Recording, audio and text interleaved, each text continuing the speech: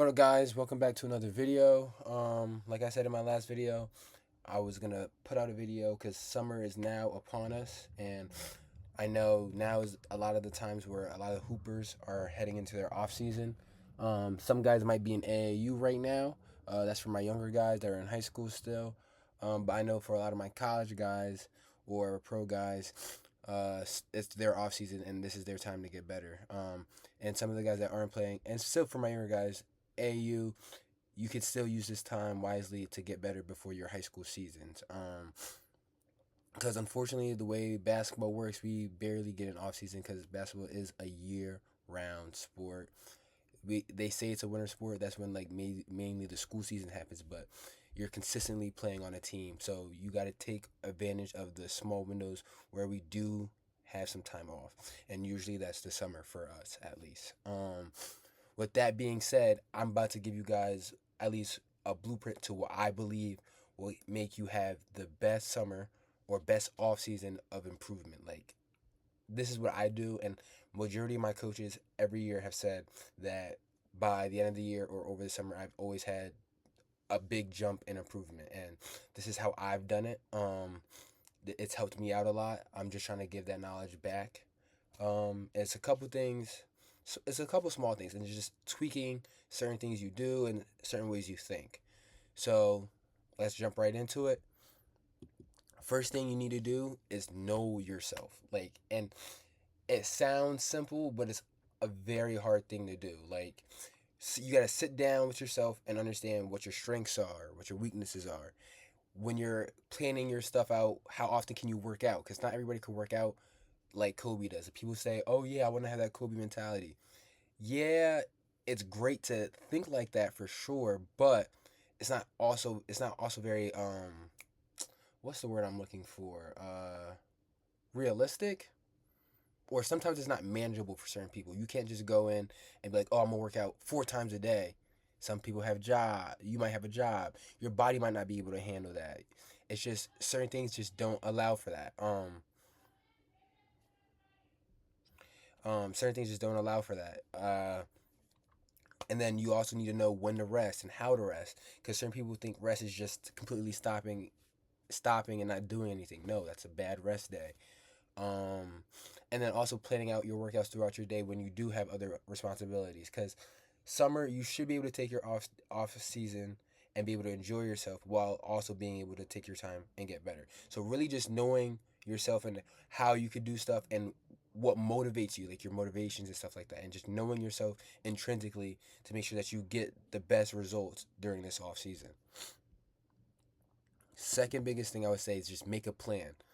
Like, just a plan in general to guide your whole off season, your whole summer, and like push it through on how you're gonna do it. Like, be able to visualize it and making sure that you're not just waking up every day and just going with the flow, because that doesn't really lead to any decent results. So when you're making this plan, I want you to set 3 types of goals.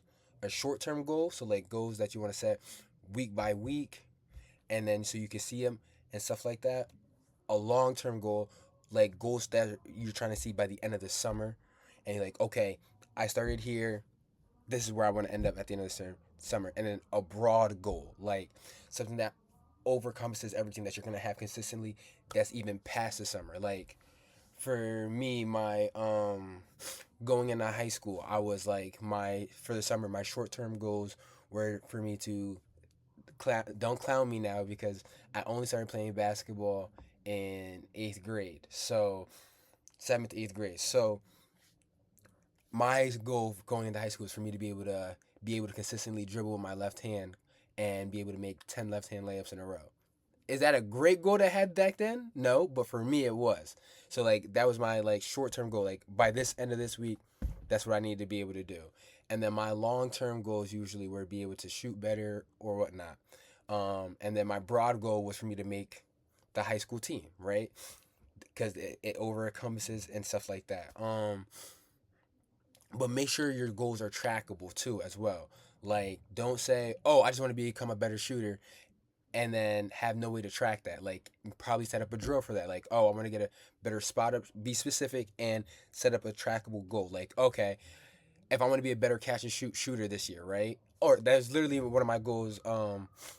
Like a year ago, for me to be a better catch and shoot shooter, what I did for that was, okay, we did this drill called what was it called? I forget what it's called, but I had to hit, like, I would be at each spot 7 spots, and then I have to go for a certain amount of reps. So like for me, it was 10 out of 15. So the first time I did it, I would track. Oh, I only shoot 15 shots. How much did I make out of those 15? Cool. And then I would continue tracking to see if I'm getting better and better. And as I got better and better, I made it more and more difficult. So be able to track it and be able to up the ante as you're going through. Um, then I also with after you set your goals, you also want to get organized with those goals. So like for me, my organization skills was, okay, I have my goals. I need to make sure that what do I need to do to meet those goals, and how can I meet those goals in an organized fashion. So like I'm not gonna go up and, okay, I want to be a better shooter. Okay, cool. What does that really take? So me getting organized was, oh, I need to have better form. I need my foot mechanics need to be better. Oh, the way I catch the ball needs to be better. Stuff like that. Or for ball handling, like, oh, what's a better ball handler? I need to stop having certain tendencies that I need to stop having, like, oh, my last move can't be a crossover because people are sitting on that, or my crossover can't be too wide, or when I wrap the ball, don't throw it out, keep it close to my body. Like staying organized and being able to really hone down and be specific on how you want to get better. Next thing is be realistic in what you want to do. Don't say, oh, by the end of the summer, and keep in mind, some people do this. Like, oh, for your broad goal, oh, I want to make the varsity team, but last year you're a freshman and going into your sophomore year, you say I want to make the varsity team, but you didn't play any minutes on JV your freshman year. That's not a realistic goal. Or like when you're doing this, be realistic in the idea like what your strengths and weaknesses are. Like we said, know yourself, so that you can be realistic. Is in the sense that like, okay, for me, my when I was come as a, like when my best attributes coming up as a basketball player was me getting to the rack. So for me to be realistic, I knew that for me to be more and more successful, I have to be able to make layups consistently. So that was my realism, and I know that I wasn't a great shooter, so I wasn't gonna expect myself to go, oh, by the end of the summer, I want to be able to shoot 36% from the field next season. No, that wasn't gonna happen in one summer. I'm sorry. Some people it can happen. But majority of the time it's not happening like that. It's slow progressions. And then my last but biggest thing is write it down, because people want to type it on their phones, cool like that. But there are a lot of studies show that writing it down helps our brain remember and put it to like process it better. Like movement helps your body process stuff better. And not only if you when you write it down, put it somewhere where you can see it every day. Like for me, I have this thing where I have you can ask a lot of my family and stuff like that. I have where it says pro, because I want to be professional, right? So, and whatever I do. So pro is preparation, rewards, opportunity. And for preparation and reward opportunity, I need to prepare myself every day for any opportunity that comes. So that means outworking other people, putting myself in the right spaces and stuff like that. So that's how I become pro.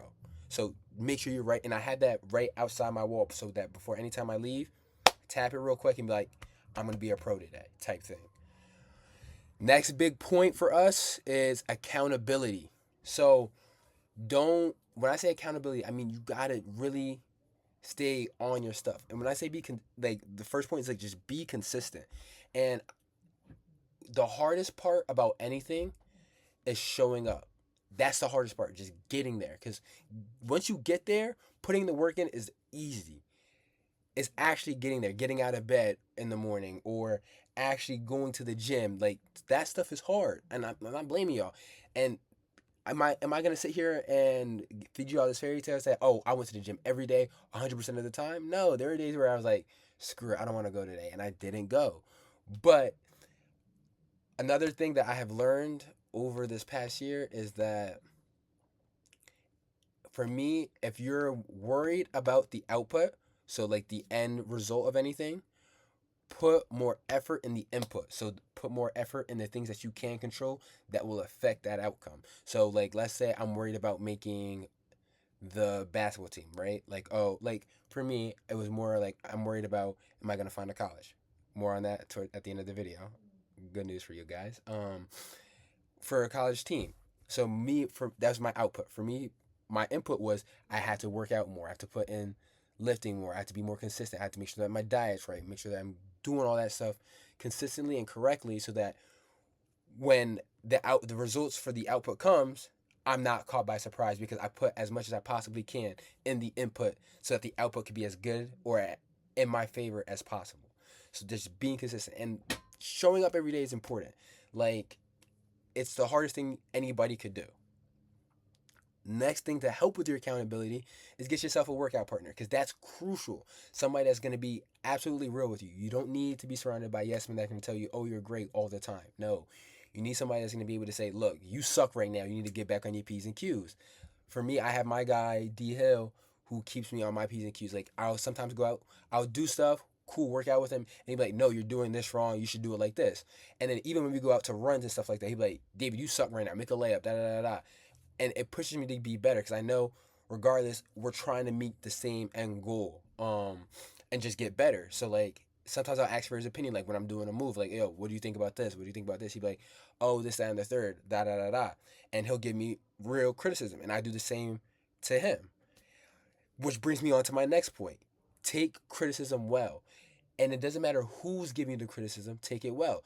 Yes, there's going to be bad criticism, yes there's going to be good criticism, but you don't know who that's going to come from. So it might not be what you want to hear, but take it and receive it. So it might be your mom telling you, and this isn't anything in life, but it might be your mom, but I'm going to relate it back to basketball. Like it might be your mom telling you, oh, why didn't you make that? Why didn't you make that shot or whatever, whatever.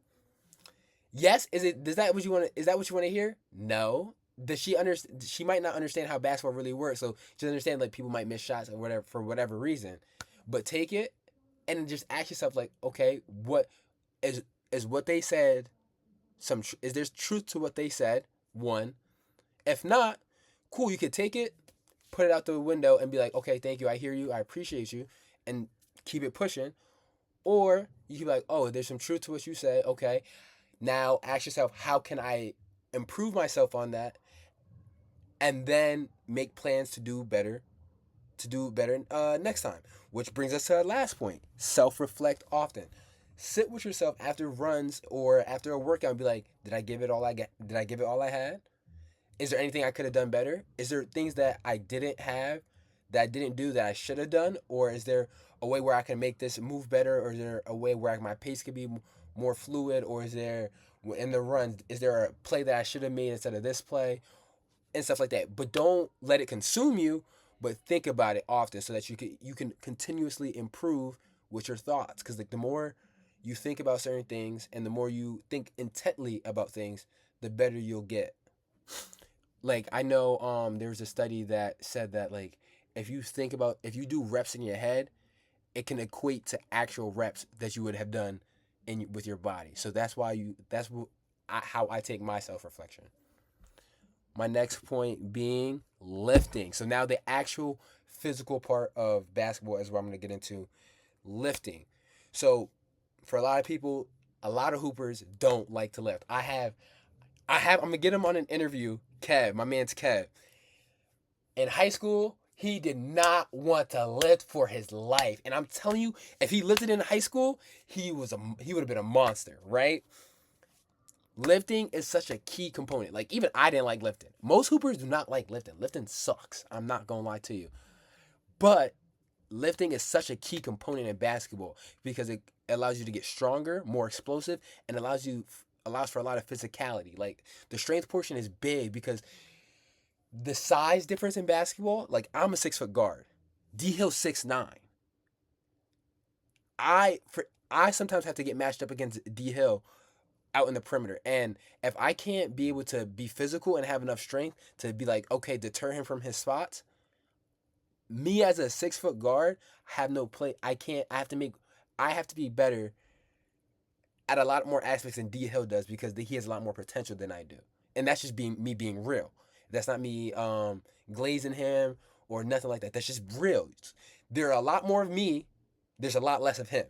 So, and what I mean by that, there's a lot more guys that are 6 feet my size or whatever, whatever. So I have to be elite at more things. So to help me get to that level, lifting is essential. So I have to be strong to be able to push these guys around. I have to be able to lift so that I can get explosive, so that I'm athletic enough to keep up with these guys. Not only like speed wise, but vertically too. Like sometimes these like D Hill doesn't have to have a 30-inch vertical to dunk, stuff like that. Or Kev, my guy Kev is also 6'8". Like these guys, and they lift and they're also explosive as crazy too. So it's like you have to give yourself the best chances possible. Plus, at every level you go higher and higher, the physicality increases more and more. Like the biggest shock for me was from high school to college. The physicality that it was ridiculous. When like graduating high school, and then when I went to my first college in Chicago, I remember my first our coach had us play ones against everybody, right? The first person I played against was, his name's Dean. I'm gonna shout him out. He coaches for the Osceola Magic out in Orlando. Great dude though. That's my guy. But when we first played, we didn't get along too well. But like he put a body on my chest. I couldn't breathe. And Dame was like 5'10", 5'10", 5'11". He wasn't like, we weren't too different in height, but like I was like, yeah, for majority of my life, I'm like, yeah, I'm stronger than most guys my size. After that, he gave me like a good bump, knocked the wind out of me, and that's when I realized like, yo, this physicality in college is no joke. So as you get higher and higher, physicality becomes a bigger and bigger thing. So you cannot skimp out on lifting. And like if you need lifting programs, easy to go on YouTube and find basketball lifting programs that help you. So, but my biggest warning with lifting, don't lift like a bodybuilder. Lift like an athlete. So don't go up and start doing the like, oh, I'm just gonna rep out bench press, all these stuff like, yeah, and squat all that. Nah. Lift like an athlete. Do explosive lifts. Make sure you're splitting your lifts into high reps, high rep loads, so that you're not building stocky muscle, so that you're still able to be mobile. Like people say, oh, when I lift, I get big and I'm gonna lose my mobility. No, that's not true. If you stretch and do what you're supposed to do, you'll gain more mobility through lifting. You'll gain like more potential. So, but make sure you're on the right lifting program. Don't lift like a bodybuilder, lift like an athlete. Next point I have is watch film, right? A lot of people skip this part because a lot of people don't like studying basketball. Like Chris Paul, I've heard a lot of stories where Chris Paul is watching film from the same game he just finished playing. He's watching it on the flight home, studying it, pausing it. So the biggest thing is to stop. For this summer, I know it's going to be a hard thing to do because we're in the middle of the NBA finals and stuff like that. And sometimes, I'm not going to say do it all the time, but as of right now, we got to stop watching basketball as a fan, but start watching basketball as students. That's what my first college coach started telling me. Watch basketball as a student, not as a fan. So have that have a remote in your hand, and like when you see something cool, pause and don't ball watch, because that's what a lot of people get caught doing in an actual game. They get caught ball watching and missing all the actions that happen on the other side. Because for the guy to score, for the guy with the ball to score, a lot of other stuff has to happen correctly on the other side, so that he has the space and the right setup to be put in that position. It's not just, oh, he went ISO. No, there's other stuff, there's other actions happening that get other people open. So watching those is just as important as watching as the guy with the ball. So I say watch the play and watch your position. Like a lot of guys don't watch their position. They want to watch the top guys. Like, oh, I want to watch Kyrie. I want to watch Curry. I want to watch Braun. I want to watch Luka. I want to watch Shea. 95% of us do not have the ball in our hand enough to watch those players. Not gonna lie to you. Like, I'm a point guard and I don't have the ball in my hand enough to play like Shea, Kyrie, or none of them. No, that's not my job. My job is not to go drop 50 on the other team. My job is to make sure guys who do score the ball at a high clip and very efficiently get the ball in their hands in the positions that they're supposed to, right? Yes, am I going to get buckets some here and there? Yeah, because I have to be a threat on offense. but I'm not the main guy driving the offense. And a lot of us won't be. So find a role outside of that. Next point is stop watching highlights and watch full games. Stop going up, oh, I'm going to watch these highlights where guys are just 1-2, 1-2, shot, and it goes in. It's cool. Sounds good. But that's 95% of the time, that's not how basketball is. Basketball is, oh, this guy came off a nice little screen, he slipped, back door. Now the guy found him off the top of the key, and it was a cut, boom, layup. Or a guy set a nice screen, coming up, elevator screen, boom, catch, nice little three. That's what majority of basketball is, not the ISO stuff like that. It's just you got to make sure that you're actually watching that though. But if you're watching highlights, your idea of basketball gets skewed. Another point is do not always watch the NBA. Yes, the NBA is good to watch, but the NBA isn't the level that we all play at. Watch the level you want to play. Watch the level you play at or want to play at. And what I mean that be a realistic, like I played in high school. If you're in high school right now, watch high level high school hoops. And I'm not talking about IMG, Montverde and them. No, I'm talking about like in your area. Go to like go to high school games or go on YouTube and watch like old high school games that they have recorded. Cause I know they have them recorded now because of COVID. Watch old people, like watch people that you thought were nice during your season, or excuse me, so sorry. Watch people like go watch people from other areas and like ask them like, oh, like have buddies like, oh, let me see your high school film or stuff like that, right? And I bet you your coach, you guys all, most coaches have huddle or something called synergy. If you ask your coach, yo, coach, can we watch some film together? I bet you 95% of them would say yes, right? So sit down, watch those high school games and study those people because there's people that are having great success at your level, and you know that because you go into games, you see guys that are succeeding. What are they doing that you're not? Figure that out. Like study those players or people at your position that are doing well. Like I know there for us, we in Pennsylvania we have something called Penn Live, where like they start sending out people who like they have recommendations like first team, second team, and all that stuff. Like if you're in Pennsylvania, I suggest like looking at those players and be like, what team do they play for? Watch their games. Like, what are they doing that I'm not doing? Like, how are they playing the game? What are they seeing that I'm not seeing? And then the next thing is player breakdowns. Like I said, your position matters. What your role is matters. I'm not gonna go sit here and watch Jokic play basketball and break him down and be like, oh, I'm gonna play like Jokic. Can I take aspects of his game? Oh, absolutely. But I'm not gonna like. That's not the players I'm mainly breaking down. No, I'm trying to break down players that I can emulate. Like for me, I'm not a big guard, so Isaiah Thomas is a good player for me to emulate. Um, Chris Paul, and those are bigger names. I wouldn't even like for me personally. I'm not even trying to look at those guys because those guys are in the league. I look at guys that are in my general sphere of like basketball. Like my college guard right now that I played with my freshman and sophomore year, Antarius Ryan is his name, right? I got to get him on an interview. Great guard, right? And he's funny as heck. He's from Memphis though. My whole freshman year, I was literally always on him about getting in the gym. Not on, he was on me about getting in the gym and stuff like that. But he's the guy, like, even after the games, he and I would sit down and watch his film together and stuff like that. And he's the guy that I was breaking down, doing player breakdowns with, so that I could understand the game better. And that helped my game improve drastically. And then not only did I watch his games, I watched other point guards across our conference play and how they were succeeding, what they were able to do, and how I can implement their type of play in my game. And it improved my game really drastically because then I can see what they're doing in real time against players that I play against in real time. Like that is a big thing. Like you can't, sometimes it's hard to see stuff and have an abstract view of it because you're not in there, but when you're watching players that are doing it, that are in there with you, it's a lot easier to understand and absorb. I also want to say live work is the next big thing.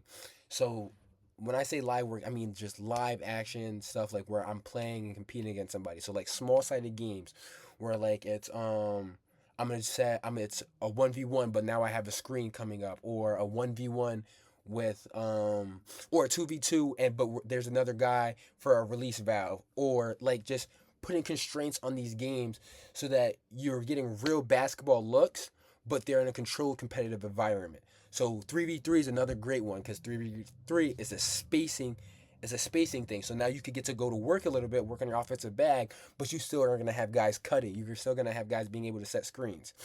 Fives is a great thing too, but that's all in moderation. You want to also take time to work on your skills and understanding concepts of basketball, because sometimes those concepts get lost in fives. Sometimes it becomes like a one-on-one matchup or whatever.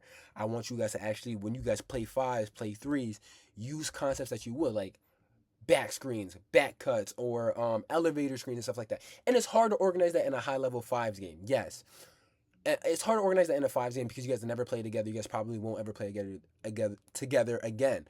But like, start thinking about those actions, because those two man actions, one man actions that you can do by yourself, that you could do not by yourself, but like that you can do in like simple actions, so that you can get those reps in. Because once you go to school, your coaches are gonna appreciate that.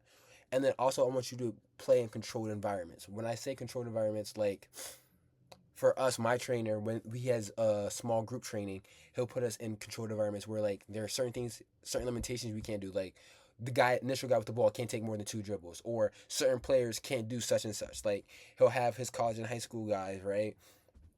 College guys are only allowed to shoot threes, right? Because for at least the guys that were trying to work on their three, college guys are only allowed to shoot threes. High school players have to take it to the paint, right? That puts constraints on you. It makes it hard because now I know what you're gonna do.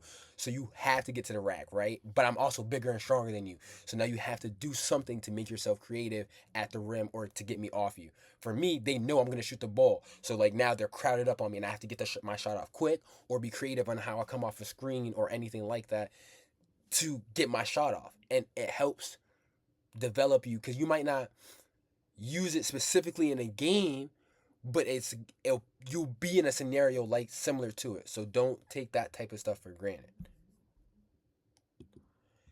And everybody knows this. This is why I was like, it's last but not least, skill work. The biggest misconceptions I've seen a lot of people have, especially younger guys, is that during the summer they only want to work on their weakness or their strengths. You must work on both. You want to work on your strengths enough to improve upon them, because that's your bread and butter. Like for me, getting to the rack is my bread and butter. So I work on a lot of stuff to get me to the rack, finishing and all that stuff a lot, so that when I go, it's still my bread and butter. Like when I go, it's not stagnant. I go, okay, cool. I'm cooked. I'm getting to the rack, calm. But I also work on my weaknesses, which is shooting. I would say shooting off the dribble now, right? So I've been working on that more to improve on it, so that it's not considered a weakness. It's not a handicap. You want to work on stuff so that you're not a handicap. You're not handicapped in any scenario. That's what the basketball is becoming nowadays. It's not a league where the best player is able to carry a team to your wins. Basketball is becoming a sport where your worst player will carry you to a loss. So you don't want to be the worst player on the court, because the weakest link is what's going to kill now in basketball, because that's what they're attacking. Because being able to switch, being able to come off screens, being able to catch and shoot, being able to catch and drive, making those point 5 decisions. Point 5 decisions. Look at By Any Means Basketball. Shout out Cole and them. The moment you catch the ball, think I gotta make a decision now, because I need it. I see him closing out. Either I'm gonna shoot, drive, or pass. I can't just sit and catch the ball, because the decisions have to happen quickly. My next thing is, with your skill work, keep it with a lot of variability. Don't be like all the base stuff. Like, oh, I'm just gonna do dribble pounds. I'm just gonna do these simple cone drills. No, push that stuff out. Like, try weird stuff, because weird stuff may not be game like reps, but they're gonna have game like scenarios. So like what we did the other day was tap the backboard and then try to finish on the other side of the rim. Am I ever gonna actually do that in a game? Heck no. But I bet you I'm gonna see some 6'9" guy come up and try to punch my junk, and I'm gonna go pump fake on one side, slid it to the other side, and try and lay that junk. Because that's sometimes that happens. Or I've seen guys where I've seen guys complain like, "Oh, I'm never gonna ever do this in a game," blase blase, to their trainers. And there's certain drills. Let me not play, but certain drills are actually ridiculous. And I'm like, that is ridiculous. You're never gonna, like, that's pointless. But there are certain drills where like it seems ridiculous, but you can see the thought process behind it. You got to be very discrepant because there's a fine line between ridiculousness and be like, I can see where I could do that. And then I also want to advise you guys to push yourselves in these drills, like, and try unique drills, like try weird stuff.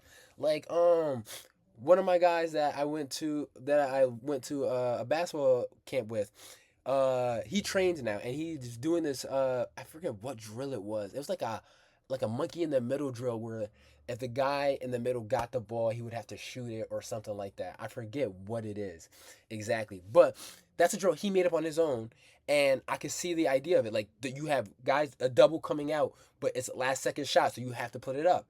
But you're also playing defense by trying to get the ball out the air. It's very like you just gotta understand how basketball works and be creative because it's a big thing about about basketball. X Kyrie, X any NBA player, X any player in the world is creativity. So stifle that creativity a little bit as you're not only in the game but as you're working out too, so that you don't stay stagnant. Next is recovery, right? A lot of guys don't know how to recover properly, right? Because recovery is physical and mental. So I need to take a break mentally, physically from basketball. It's okay because burnout's a real thing. But when you are resting physically, it doesn't mean I just want to stop and do nothing all day. No, a rest day could be okay. I'm gonna go in the gym, form shoot, and do some slight ball handling. So like for me on my rest days, I form shoot 20 shots, 5 spots. Then I go do I'll do pounds and then do a little stationary cone drill for ball handling, and then I'll do mic and drill for recovery, right? Then after that, I'm done. It takes me 30 minutes, done with basketball for the day. And it's an active recovery day so that I'm not losing any touch or anything like that. I'm not losing no sleep, but I'm also not pushing my body where my knees are going to get hurt and stuff like that.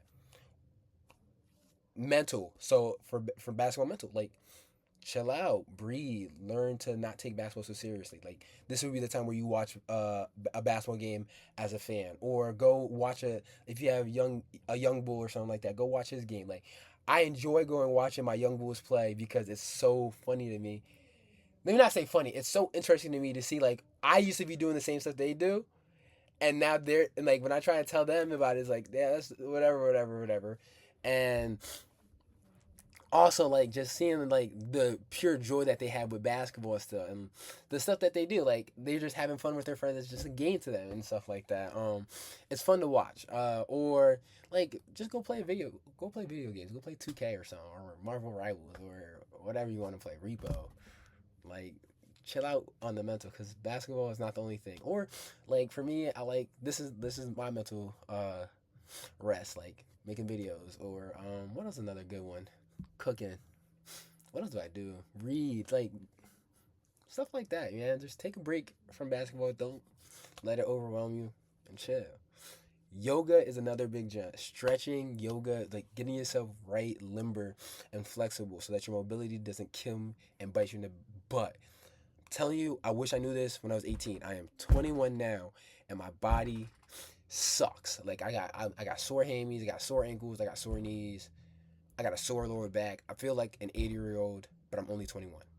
So yoga has helped me out a lot with stretching and being able to be more mobile and stuff like that. So I highly recommend yoga. Just go on YouTube, search up gentle yoga poses, and as you get better and better, you'll go higher and higher. Like there's 10-minute ones, there's 30-minute ones, there's hour ones. However much time you have, just try and incorporate it into your daily routine. And do what the people do. Like there's one lady I watch. I forget her name, but like she be doing like the type jump, and listen, I do it with her. I'll be like, hey, it's you in your space. I'll be like, Havisa or whatnot, right? It's like breathe, baby. It just allows you to be in that space. Also sleep, yo. I want to say biggest thing is sleep. Make sure that you're getting enough sleep, and that you're not waking up tired and unrested. So sleep. Um, get those sleep. Don't stay up late all night doing nothing and messing up your body. Sleep.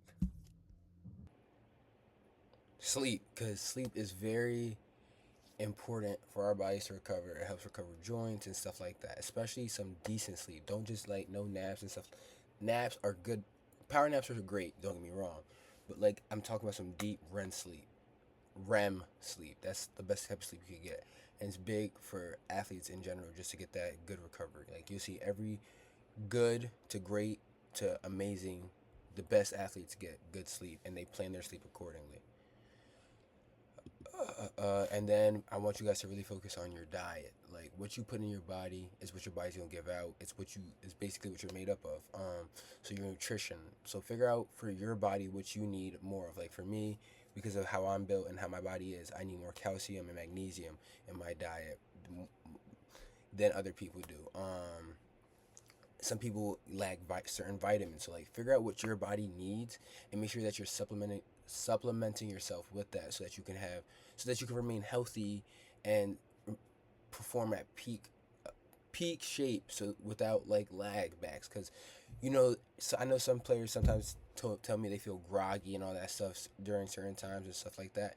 A lot of that can be helped with what you eat, just and also watching what you eat, like sugars, processed foods, certain dyes and chemicals that aren't really great for our bodies but are in a lot of foods. Like just, and I'm not saying go on a complete super duper diet where I'm only eating this or I'm cutting but like just be mindful of what you're putting in your body because like it starts small and then as you like continue to be mindful of it, it helps in the long road. And then during the summer, you should be limiting certain foods because I know compared to in season, I don't burn as much calories or like I want to say burn as much calories because I'm just not in the same mind state and certain things like when like during the summer, I'm home. My mom's cooking for me every day.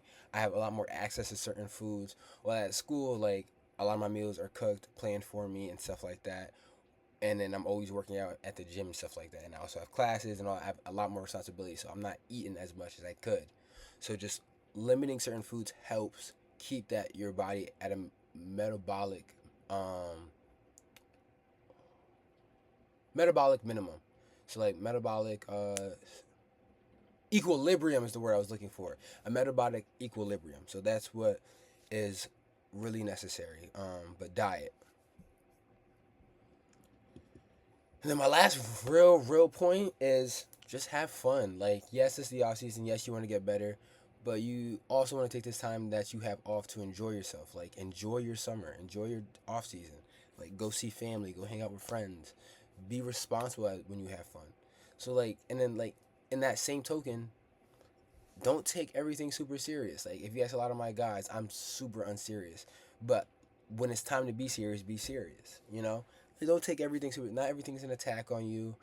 Not everything's gonna Not everything has to be super serious. Like when you go play fives, sometimes like for me, yes, I go to college runs and stuff like that. But there's sometimes where my friends who aren't as good as basketball or don't play college basketball want to go play, and think about I'm gonna go out there, but I'm not gonna take it super seriously.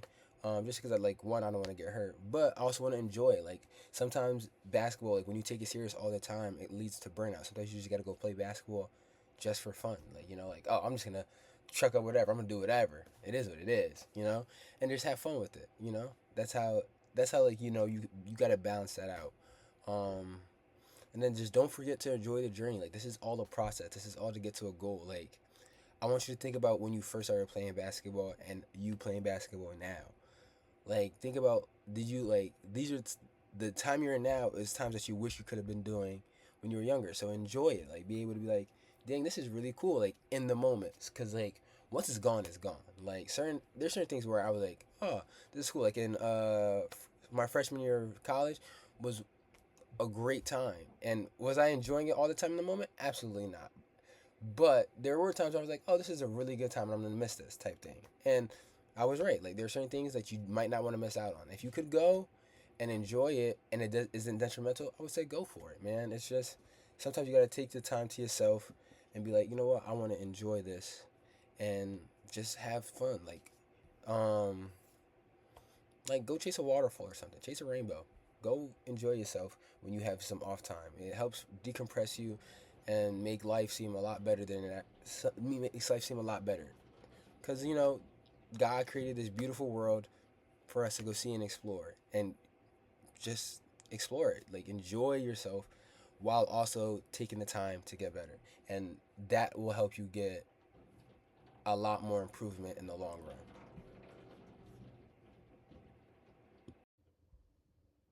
All right, guys. Um, I just want to preface this by this is at the end of the video. I want to preface this by saying I was trying to get my face in this joint as I was clicking through the slides because I was making a lot of actual face reveal expressions and pointing and stuff. Unfortunately, it didn't work out like that, and that video is like 40 minutes. So if you think I'm gonna go record another 40 minutes one to redo it, because it took me what 3 takes. Yeah, no, that's good. I ain't gonna lie to y'all. But I do want to preface saying sorry that I didn't get my face in that joint and to show you all the stuff that I had to show y'all. But it's fine. I'm going to add some clips in there, like in between clips of showing y'all what I'm doing and examples of that during. I also want to preface by saying my next video is going to be an interview video with my guy Chris, my trainer, and I'm gonna start interviewing people. So I have a couple of them already lined up, waiting to be put out. So be on the lookout for that. And like I told y'all in the video, I did have some good news. I am committed to St. Leo's. I'm gonna go play there in August. Um, I'm not gonna give you 100% of the details of the situation, but I'm excited to get this opportunity. Like, it's a blessing. I prayed for it and all this stuff, so it's a blessing for me to be able to go out there and continue my hoop dreams and the opportunity to continue playing basketball at the next level. So I'm gonna take it. I'm gonna go really work at hard, and I'm gonna take you guys on that journey with me, and you guys can see the situations that I'm in, situations where I'm at, and what it really is like on a college roster, especially when you're not the main guy, if that makes sense, you know? Because obviously I wasn't recruited to be the main guy, so I'm gonna show you exactly what it feels like, stuff you go through, and all that stuff. But I appreciate you guys sticking to it to the end of the video. I will see you guys next time, and peep out for that next video. It should be coming out real soon.